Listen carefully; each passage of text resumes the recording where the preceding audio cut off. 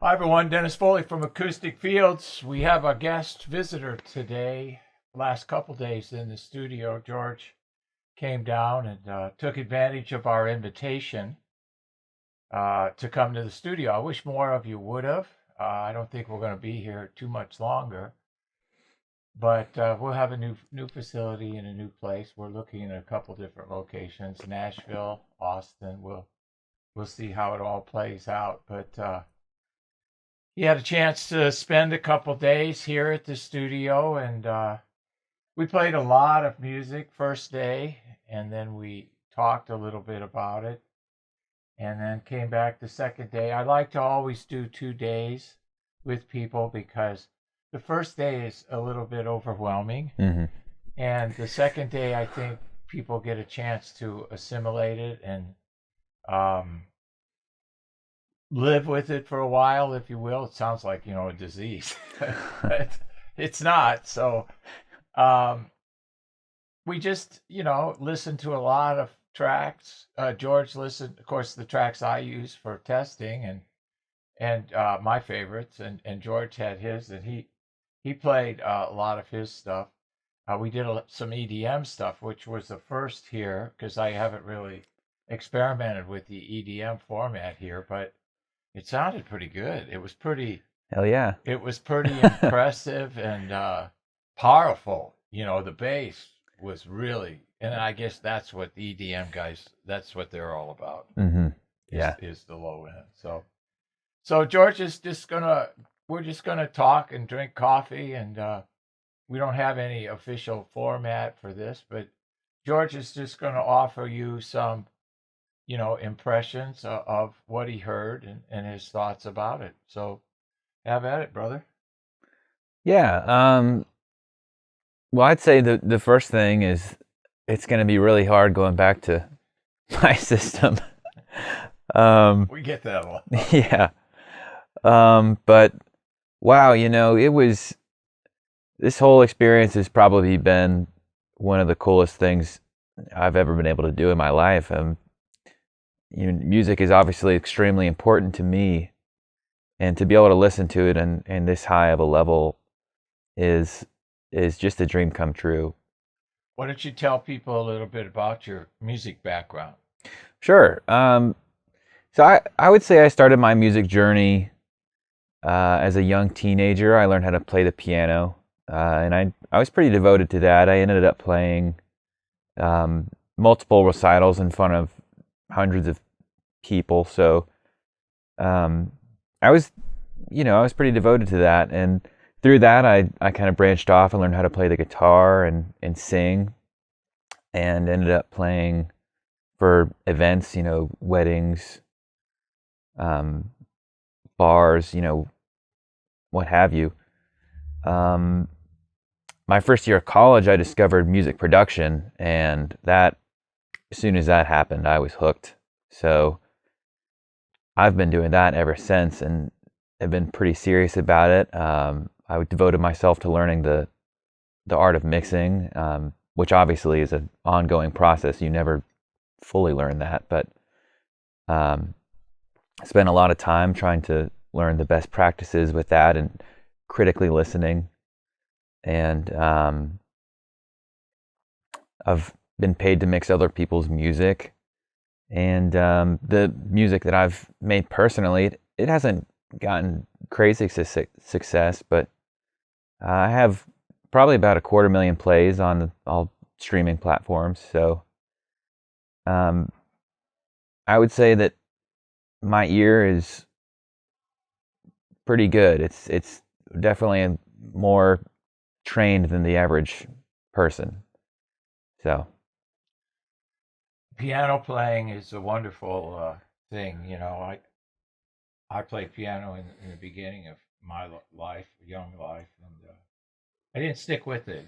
And you hear this story a lot. I mhm. really wish I would have, you know, Yeah. because that's piano's everything. I mean, isn't it ironic that it's one of the hardest instruments to record correctly? Oh God, yeah. You just don't hear good piano sounds, and a lot of that is the floor to the string board. issues. That 3 feet of distance between the string board and the floor is a huge Mm. problem. And engineers don't think about that. They put mics above and in the bed and all over. But that area under the piano is an area of a lot of mud and soup. So Mm-hmm. that's why we created our platforms for it. So let's talk a little bit about the low end of the room. We have 4 13.5-inch subs, 2 on each end. So let's talk a little bit about your impressions about the bass in the room. So this is a great place to start because coming from someone that makes a lot of electronic music, the bass to me is always has to be right, and I always pay such close attention to it. And in this room, the bass is tight, it's clear, it's so detailed, but it's all of those things at levels I've never heard it before. If I go to a venue, or if I just turn the music up loud enough in my room, the bass has just no definition. It's got all of this distortion. I've never been able to listen to music at these sound levels and have the bass be that tight. I mean, we were listening to songs where there was just so much low energy being put in with the end of a song where they're firing on the toms and the kick drum and the bass player's going crazy. And in any other room, that would just sound like a bowl of mud. But in here, you hear every single part of it. It's like you're taking a pressure washer and you're spraying off all the mud, and you're just left with this beautiful, detailed bass. So that was a real treat for me. I like how we can differentiate between the kick and the bass guitar. Yes. There's 2 instruments that seem to, in most mixes that I hear, seem to lay on top of each other, mix with each other. There's no separation between the kick and the bass. There's some separation with tom and snare, obviously the China too, but I always try to get those two to separate, and it takes a lot of absorption. Yeah. A lot of our carbon technology to do that, as you see here in the room. And those of you that want to look at the room, this month we're running a whole series on the room, so in December. So watch those videos and you can see the setup and you can see what we've gone through in the room.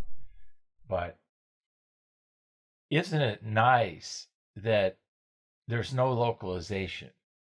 You can't tell where the low frequencies are originating from.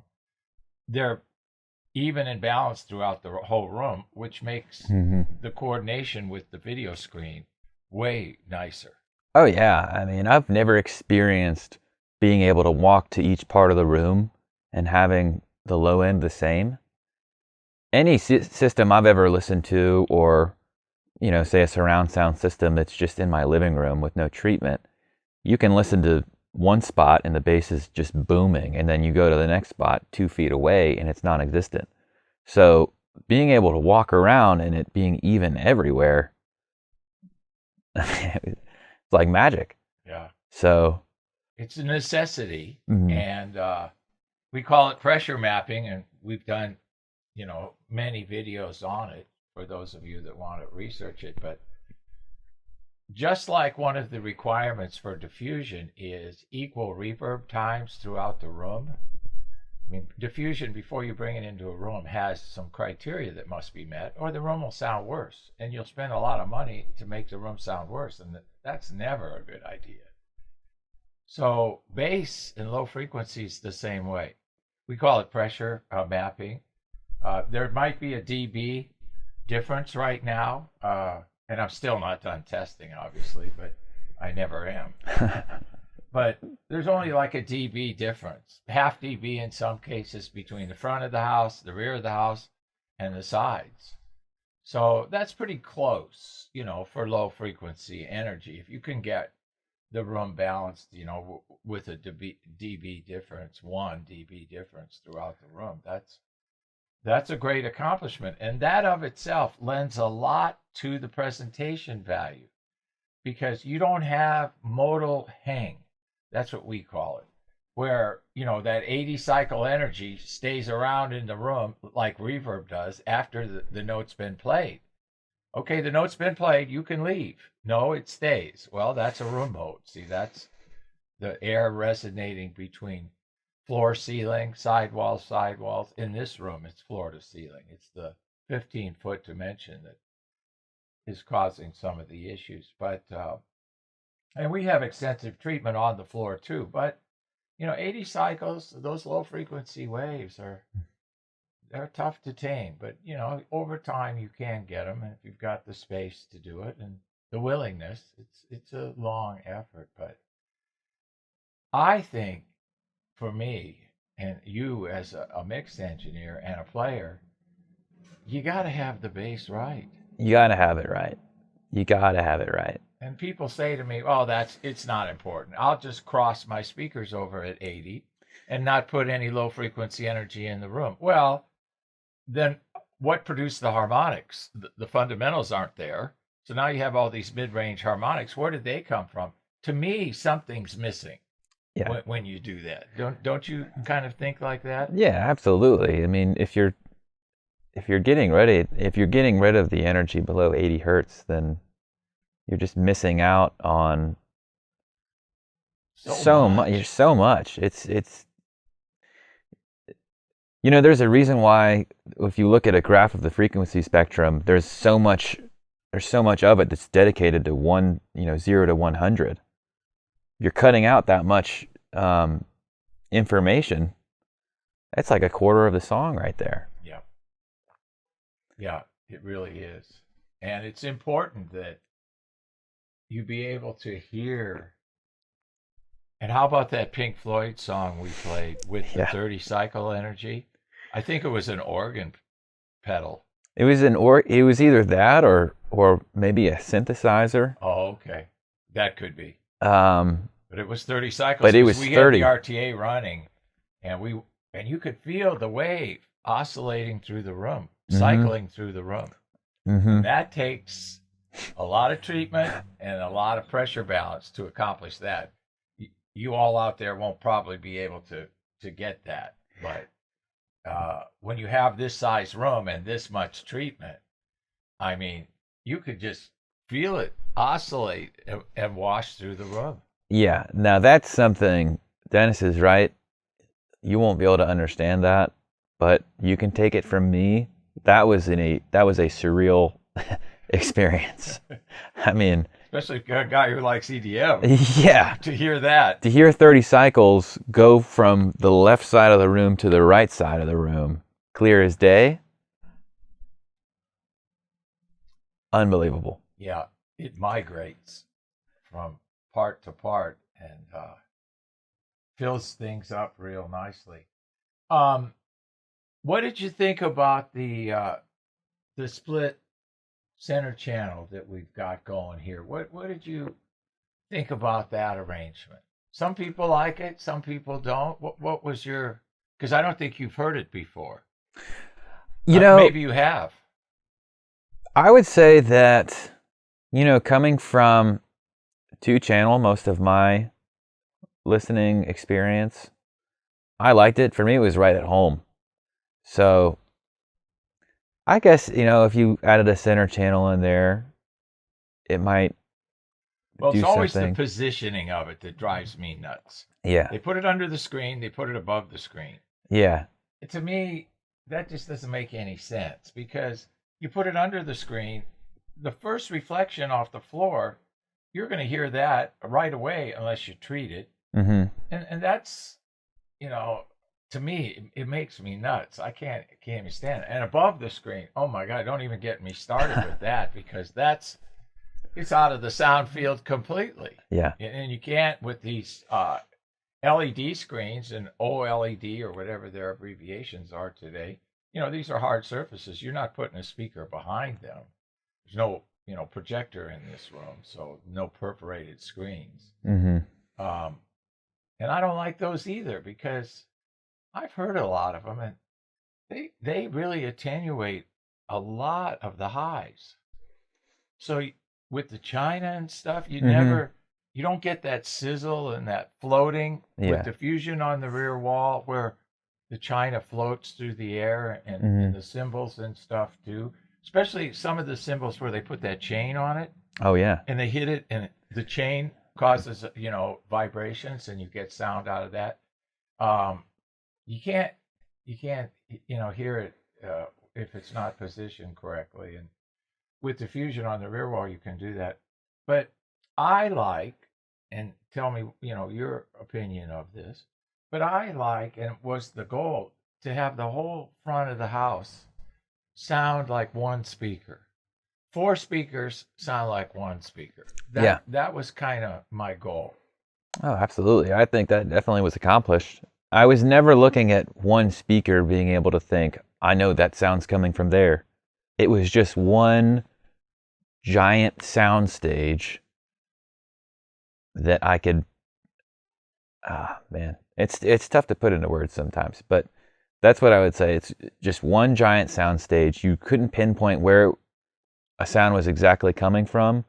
All you could really tell was that, wow, that's coming from way over there. That's coming from way over there. That, the center's obviously right there, but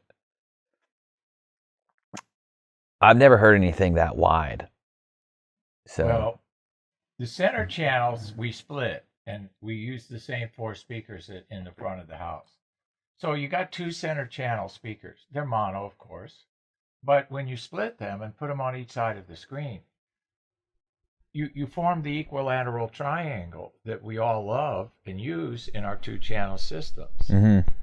So you're basically taking the center system, it's not a stereo signal, it's a mono signal, and you're converging it at the listening position using our old equilateral triangle that we've all used for years and years and years during our two channel setups. Whether it's near field, far field, doesn't make any difference. We still look at that equilateral triangle. Well, that was my thinking with the two center channels. And then and if you notice in a lot of systems, the center channel isn't even the same speaker as the others. Well, that makes me insane. So I want everything consistent and predictable so that I know when changes are made that, we can do something about it. And it's either the gear or the room. You're not, thinking, well, this speaker is causing this because of the way it's firing, horizontally, if it's under the screen or above the screen. I don't want any of that. So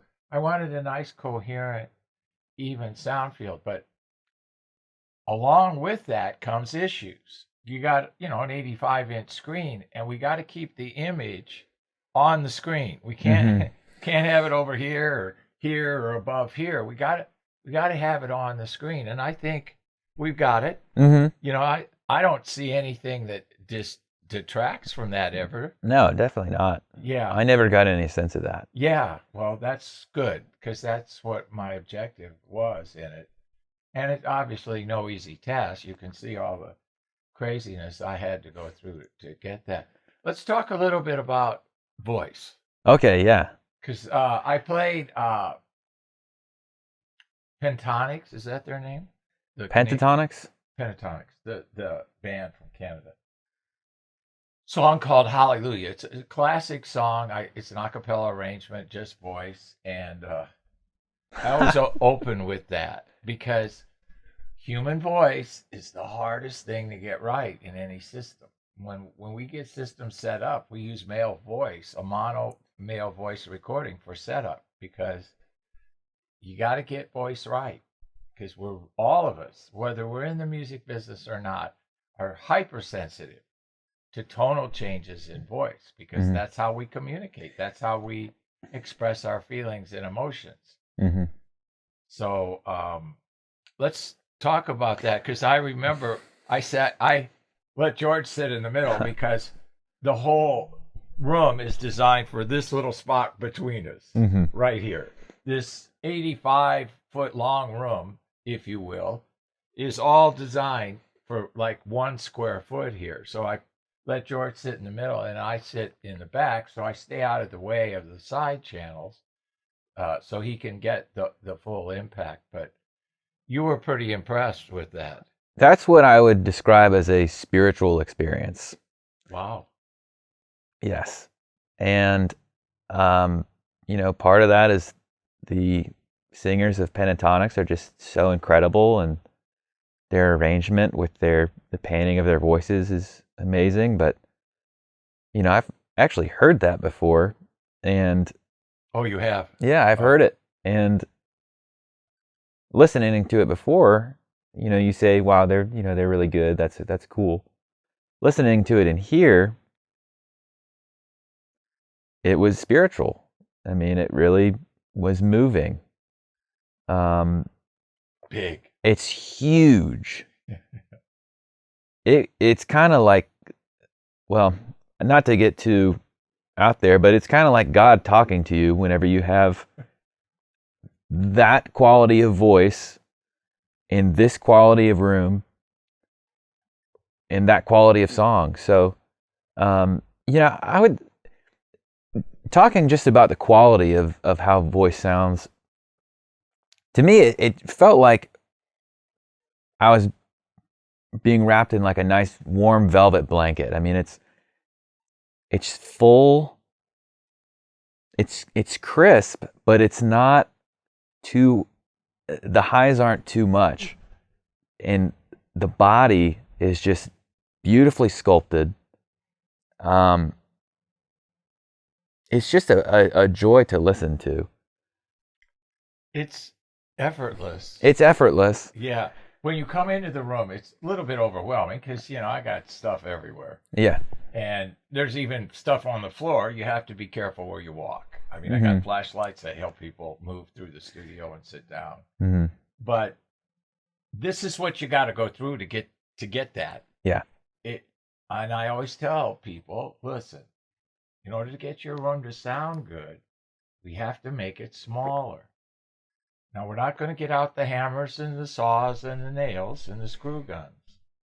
We're not going to build anything, but we're going to make a new room out of panels, carbon panels, ACD series, foam ladders, whatever technology treatment we're going to prescribe.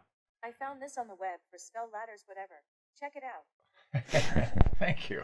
Thanks, Siri. Thanks, Siri. Tell us what you think of the room next time. I'm not sure I understand. Well, No, we know you don't. Thank you. I asked her the other night if I could get into this restaurant, and she said, not dressed that way. So, anyway, that's a Bill Maher joke, by the way. So, Bill, I'm not taking anything from you.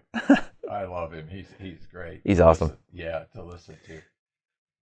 Vocals, what I like about the a cappella arrangement was that you had the lead singer and then, of course, the harmonizing behind it. Mm-hmm. But everybody was heard. Everybody was heard. And everybody was in their right place. And the engineer did a good job with the mix. He did a great job. Yeah, he gave people who were in the spotlight their day, their moment, and then everybody else behind was there, and you could hear them.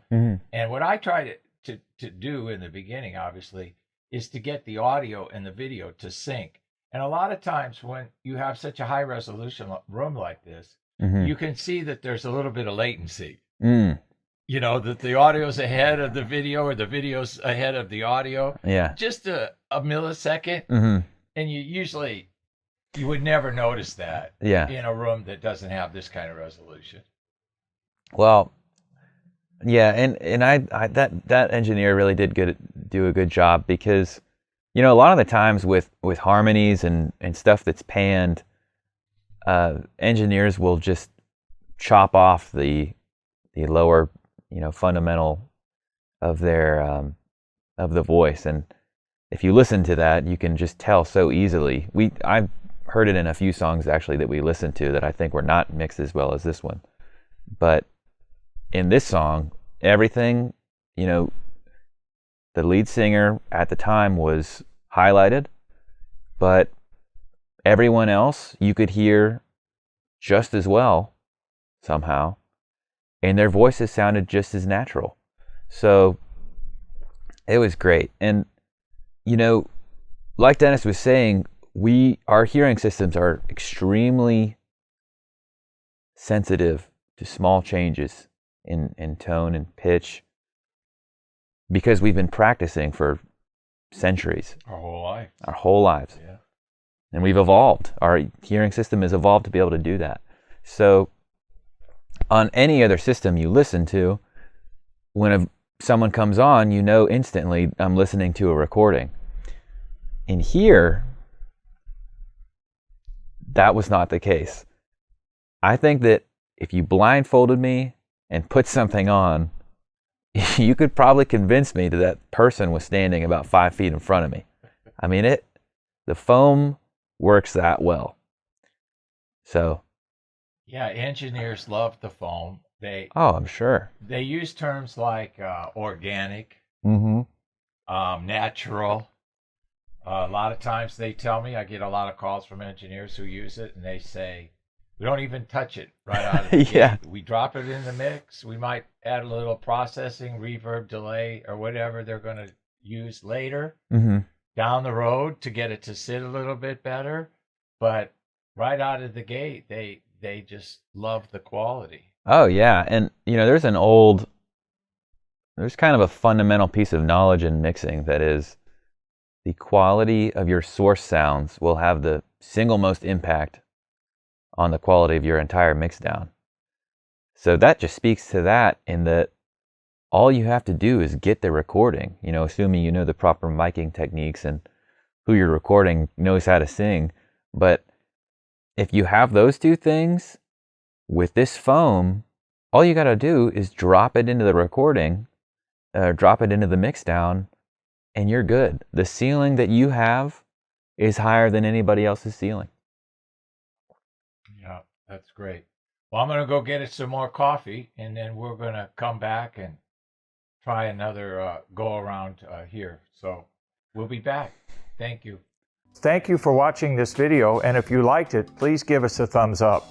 We also have a newsletter that you can subscribe to, so please do that, because we offer special price discounts to only those on our newsletter.